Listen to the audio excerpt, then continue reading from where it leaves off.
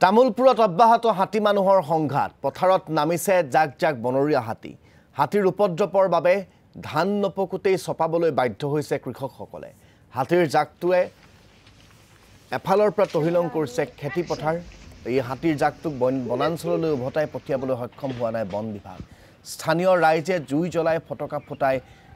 হাতীৰ জাকটোক খেদিবলৈ চেষ্টা কৰিও বিফল হৈছে বিঘাই বিঘাই কৃষিভূমি বিনষ্ট কৰিছে বনৰীয়া হাতীয়ে